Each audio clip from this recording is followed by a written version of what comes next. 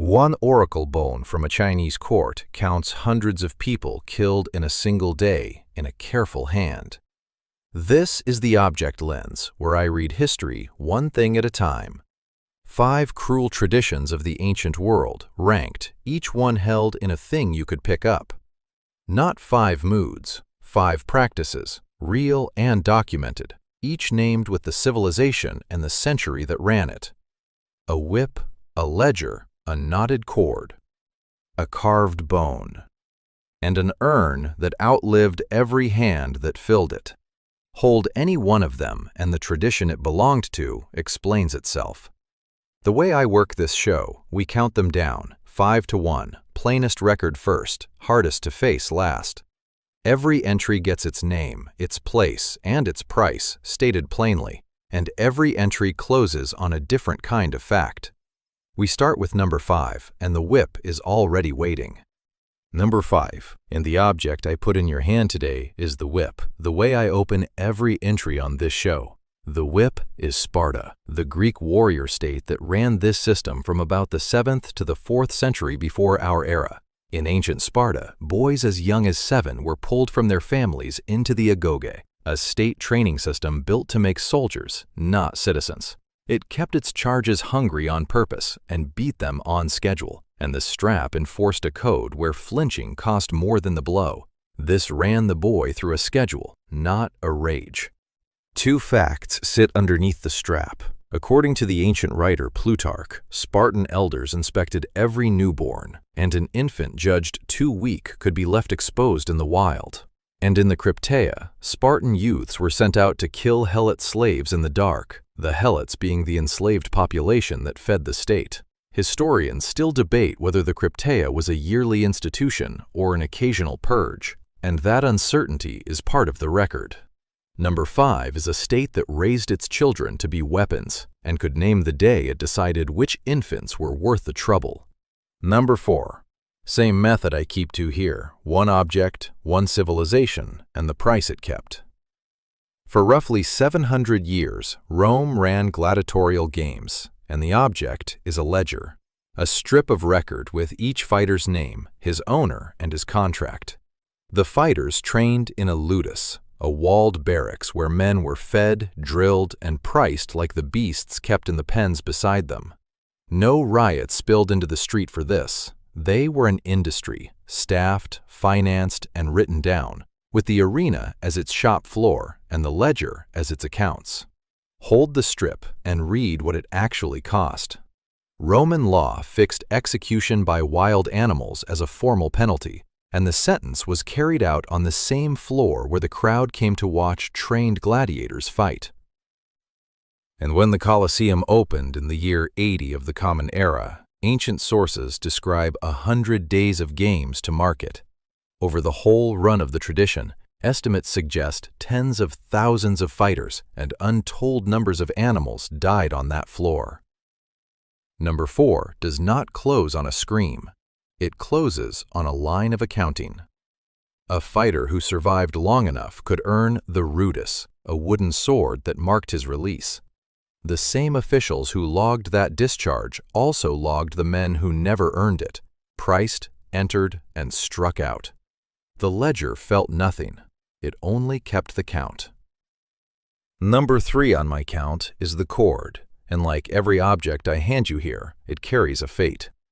The object is a knotted cord that recorded a captive's fate, and the civilization is the Aztec and their neighboring city-states, who ran this system across central Mexico into the late 15th century. The Aztec and neighboring states fought recurring ritual conflicts known as flower wars, waged for decades with the explicit purpose of taking captives alive rather than killing on the field. The battle was not the end of it. The prisoner was the point of it, and the cord tied around his wrist marked him for what came after. Follow the cord to where it led. At the Great Temple's reconsecration in 1487, chroniclers recorded sacrifice on a scale still debated, from the low thousands to tens of thousands. No mob did this on impulse. It was a state ritual, staffed and scheduled, that treated a captured enemy as a debt owed to the temple. The flower wars fed the altar, and the altar justified the wars. So here is the question the cord leaves in your hand. When a civilization builds its wars to harvest the living and writes the count into its calendar, where does the practice end and the belief begin? Number 2. And I set the same lens on it that I use on every object I show you: the bone.